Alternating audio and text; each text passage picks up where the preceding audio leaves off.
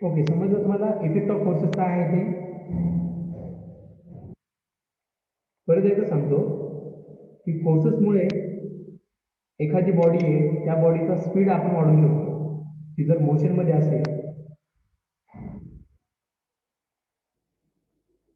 तर त्या बॉडीचा आपण काय वाढवू शकतो, स्पीड इन्क्रीज करू शकतो. म्हणजे त्या बॉडीला आपण ॲक्सेलरेट करू शकतो किंवा त्या बॉडीचा स्पीड आपण कमी करू शकतो. म्हणजे तिला आपण रिटार्ड करू शकतो. समजतंय? त्या बॉडीचं जी मोशन आहे ती आपण काय करू शकतो, ती रिटार्ड करू शकतो. म्हणजे हा एक इफेक्ट आहे की एखादा फोर्स जर आपण एखाद्या बॉडीवरती जर ऍक्ट केला तर तो फोर्स ऍक्ट झाल्यामुळे ती बॉडी मोशनमध्ये येऊ शकते किंवा त्या बॉडीचा जो स्पीड आहे तो आपण काय करू शकतो, आपण कमी करू शकतो. म्हणजे बॉडीचा स्पीड आपण इन्क्रीज पण करू शकतो फोर्स एक्झर्ट करून किंवा फोर्स एक्झर्ट करून त्या बॉडीचा स्पीड आपण कमी देखील करू शकतो. ओके, समजतंय? त्यानंतर पुढे आहे की त्या ठिकाणी जर आपण एखाद्या बॉडीची फोर्स एक्झर्ट केला तर फोर्स एक्झर्ट करून त्या बॉडीची जी स्टेट आहे स्टेट ऑफ रेस्ट किंवा त्या बॉडीची जी स्टेट ऑफ युनिफॉर्म आहे, युनिफॉर्म मोशन, जी स्टेट आहे बॉडीची ती आपण चेंज करू शकतो. एखादी बॉडी रेस्टला असेल त्यावरती फोर्स एक्झर्ट करून ती बॉडी आपण मोशनमध्ये आणू शकतो किंवा एखादी बॉडी जर मोशनमध्ये असेल त्या मोशनच्या विरुद्ध दिशेने आपण फोर्स एक्झर्ट करून त्या बॉडीला रेस्टला आणू शकतो. म्हणजे त्या ठिकाणी ती जी बॉडी आहे त्या बॉडीची जी काही मोशन आहे किंवा त्या बॉडीची काही स्टेट आहे, स्टेट ऑफ रेस्ट किंवा स्टेट ऑफ युनिफॉर्म मोशन, ती आपण चेंज करू शकतो फोर्स एक्झर्ट करून. हा देखील एक इफेक्ट आहे. त्यानंतर पुढचा इफेक्ट आहे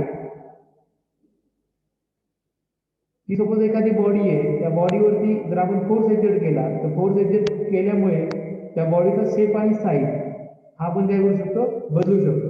त्या बॉडीचा शेप आणि साईज आपण काय करू शकतो, बदलू शकतो. जसं एखाद्या एक्झाम्पल जर द्यायचं सांगितलं तर मी रबर जर घेतला तर रबरवरती मी फोर्स एक्झर्ट केला तर फोर्स एक्झर्ट केल्यामुळे त्या रबरचा शेप आणि साईज काय होतो, चेंज होतो. समजतंय? त्यानंतर पुढचा इफेक्ट आहे की जर आपण बॉडीवरती जर फोर्स एक्झर्ट केला तर फोर्स एक्झर्ट झाल्यामुळे ती बॉडी काय करू शकते, टर्न होऊ शकते किंवा रोटेट होऊ शकते. तसंच त्याचा पुढचा इफेक्ट आहे एखादी बॉडी जर मोशनमध्ये असेल आणि त्या मोशनच्या विरुद्ध दिशेने जर आपण फोर्स एक्झर्ट करून त्या बॉडीची जी मोशन आहे ती जर आपण संपुष्टात आणली, म्हणजे जी व्हॅलोसिटी किंवा तिचा स्पीड आपण जर झिरो केला, याचा अर्थ की बॉडीला आपण काय करतोय, रेस्टला आणतोय, स्थिर करतोय. बॉडी जर आपण स्थिर केली फोर्स एक्झर्ट करून तर याचा अर्थ आपण काय म्हणतो की बॉडी इक्विलिब्रियम मध्ये येईल. म्हणजे बॉडीला आपण इक्विलिब्रियम मध्ये आणू शकतो, तिला आपण स्थिर करू शकतो.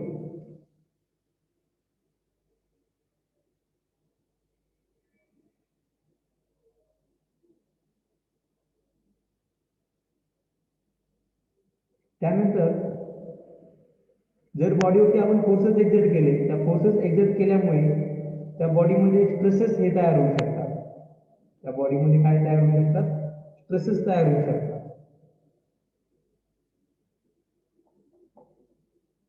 हा देखील एक इफेक्ट आहे की जर आपण फोर्स एक्झर्ट केला एखाद्या बॉडीवरती then that force can produce the stresses in the body.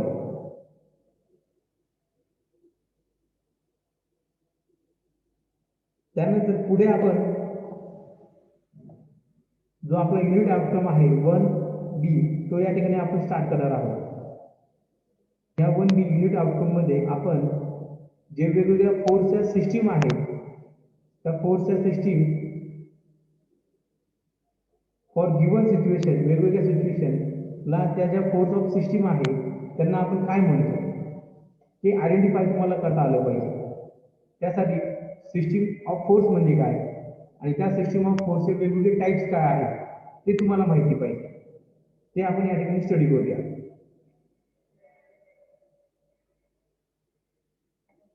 तर या ठिकाणी पहिला आहे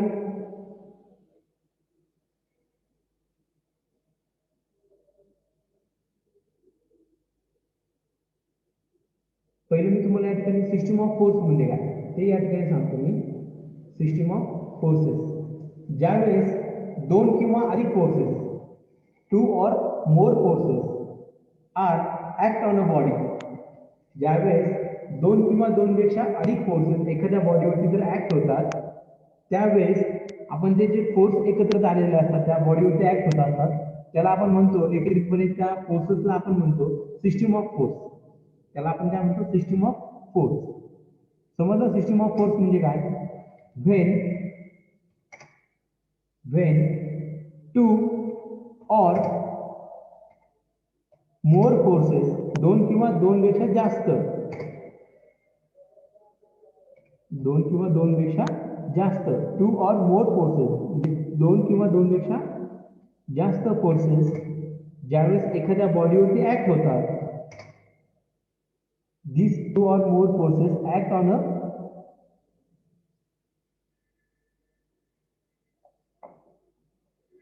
two or more forces act on a body,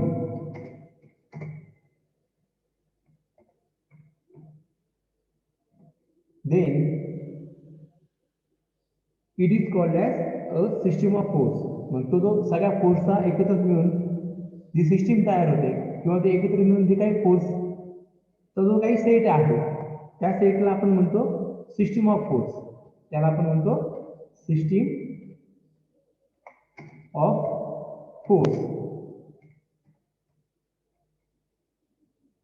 किंवा त्याला आपण सेट ऑफ फोर्स देखील म्हणतो. Set of force. समजतंय? सिस्टीम ऑफ फोर्स और सेट ऑफ फोर्स म्हणजे काय? जर सपोज या ठिकाणी एक बॉडी मी या ठिकाणी ड्रॉ करतोय. सपोज या बॉडीवरती मी जर दोन किंवा दोनपेक्षा जास्त, तर या बॉडीवरती दोन किंवा दोनपेक्षा जास्त जर फोर्सेस मी एक्झर्ट केले, सपोज या ठिकाणी दोन फोर्सेस असतात, ह्या दोन फोर्स किंवा त्यापेक्षा जास्त जर फोर्सेस या बॉडीवरती ऍक्ट होत असतील, तर हा जो सेट आहे या दोन्ही फोर्सेस मिळून किंवा दोनपेक्षा जास्त जे काही फोर्सेस, नंबर ऑफ फोर्सेस, त्या फोर्सेसचा एकत्रित मिळून जो सेट आहे त्या सेटला आपण काय म्हणतो? त्या सेटला आपण काय म्हणतो? System of force. म्हणजे हा जो सेट आहे एकत्रितपणे त्या फोर्सचा, त्या सेटला आपण म्हणतो सिस्टीम ऑफ फोर्स. समजलं? सिस्टीम ऑफ फोर्स म्हणजे काय? म्हणजे ही जी सिस्टीम आहे system of forces, number of forces म्हणून जो काही सेट तयार होतो त्याला म्हणतो सेट ऑफ फोर्स. फक्त त्या ठिकाणी अट काय आहे? दोन किंवा दोनपेक्षा जास्त फोर्सेस पाहिजे. समजतंय? एक जर फोर्स असेल त्याला आपण सिंगल फोर्स म्हणून त्याला एका फोर्सला. समजलं? त्याला सिस्टीम नाही म्हणू शकत आपण, एक सिंगल फोर्स म्हणून. जर त्या ठिकाणी दोन किंवा दोनपेक्षा जास्त फोर्सेस ऍड झाले तर त्याला आपण काय म्हणू? त्या एकत्रितपणे त्या फोर्सला आपण म्हणू शकतो सिस्टीम ऑफ फोर्स. एकत्रितपणे त्या फोर्सला आपण काय म्हणतो? System of force. समजतंय?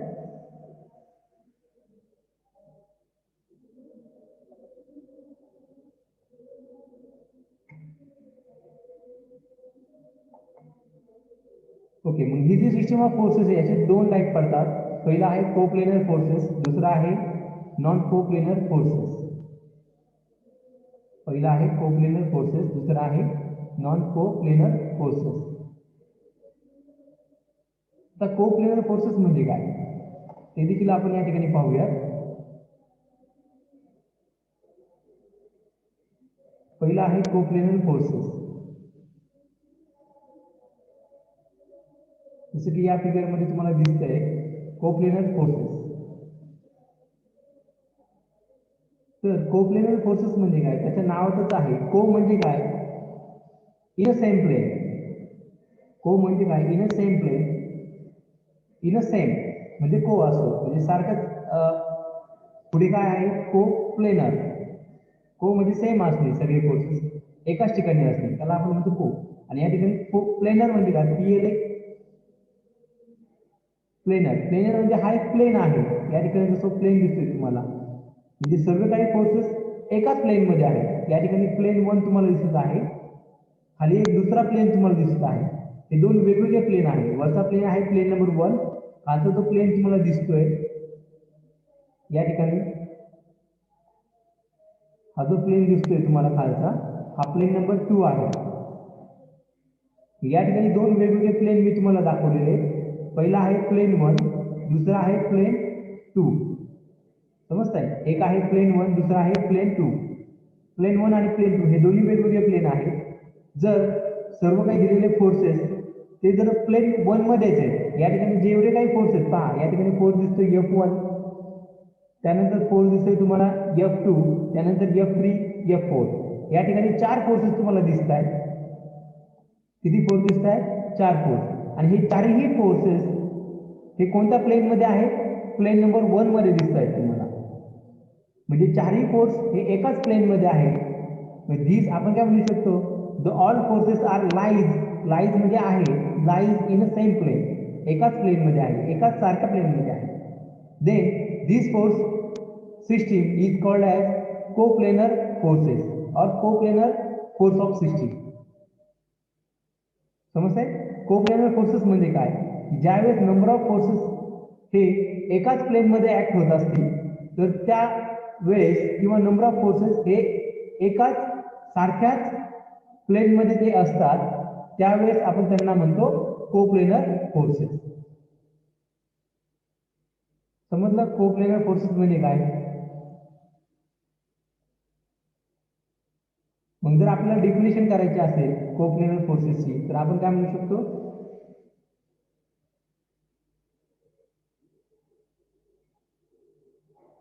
Coplanar forces is defined as forces which lies in same plane.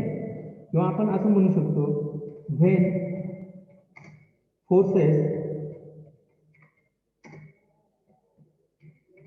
lies in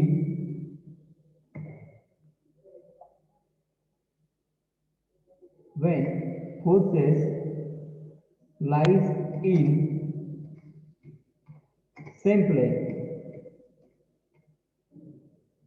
forces जर एका सेम प्लेन मध्ये जर असतील, लाईज मध्ये काय ते असणे, सर्व फोर्सेस काय आहेत? एकाच प्लेन मध्ये आहे, सेम प्लेन मध्ये आहे.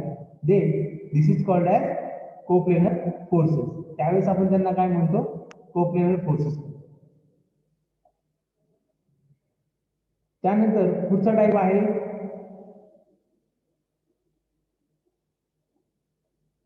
Non coplanar forces. Non coplanar forces. Coplanar म्हणजे काय? ते एकाच प्लेन मध्ये आहेत, सगळे फोर्सेस हे एकाच प्लेन मध्ये लाईज करतात, एकाच प्लेन मध्ये ठेवलेले आहेत, सारख्याच प्लेन मध्ये, त्यामुळे त्याला आपण कोप्लेनर म्हणतो. नॉन कोप्लेनर म्हणजे काय? की जर ते फोर्सेस एकाच प्लेन मध्ये नसतील, जसं की या ठिकाणी तुम्हाला सेकंड बॉक्स मी काढलेला आहे रेड कलरचा, त्या ठिकाणी पहा की प्लेन 1 मध्ये कोणते फोर्स आहे? F1, F2, F3. या ठिकाणी F1, F2, F3, F4, F5 अशी या ठिकाणी 5 फोर्सेस दिलेले आहेत. F1, F2, F3, F4, F5 हे पाचही फोर्सेस एकाच प्लेन मध्ये आहेत का? तर नाही. मग या ठिकाणी F1, F2 आणि F4 हे प्लेन नंबर 1 मध्ये आहे. म्हणजे F1, F2, F4 are lies in plane number 1 and F5, F3 हे प्लेन नंबर 2 मध्ये आहे. मग या ठिकाणी जे काही फोर्सेस तुम्हाला दिसत आहेत ते एका प्लेन मध्ये आहेत का? नाही. They are not lies in same plane. So these forces are called as non coplanar forces. त्यामुळे त्यांना आपण काय म्हणतो? नॉन कोप्लेनर फोर्सेस असं म्हणतो आपण. समजा ती जी सिस्टीम आहे फोर्सची, त्याला आपण म्हणतो non coplanar force of system. समजतंय? नॉन कोप्लेनर फोर्सेस म्हणजे काय? when forces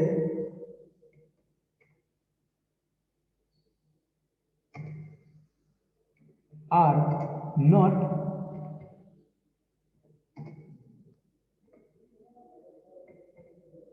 lies in same plane. ज्यावेळेस फोर्सेस हे सेम प्लेन मध्ये नसतात, एकाच प्लेन मध्ये नसतात, त्यावेळेस आपण त्यांना म्हणतो नॉन कोप्लेनर फोर्सेस, आपण त्याला काय म्हणतो, non coplanar forces of system. समजते, ज्यावेळेस फोर्सेस जे काही आहेत ते एकाच प्लेनमध्ये जर लाईज करत नसतील, एकाच प्लेनमध्ये ते नसतील, तर त्यावेळेस आपण त्याला म्हणतो नॉन कोप्लेनर फोर्सेस और non coplanar force system. Okay, समजतंय.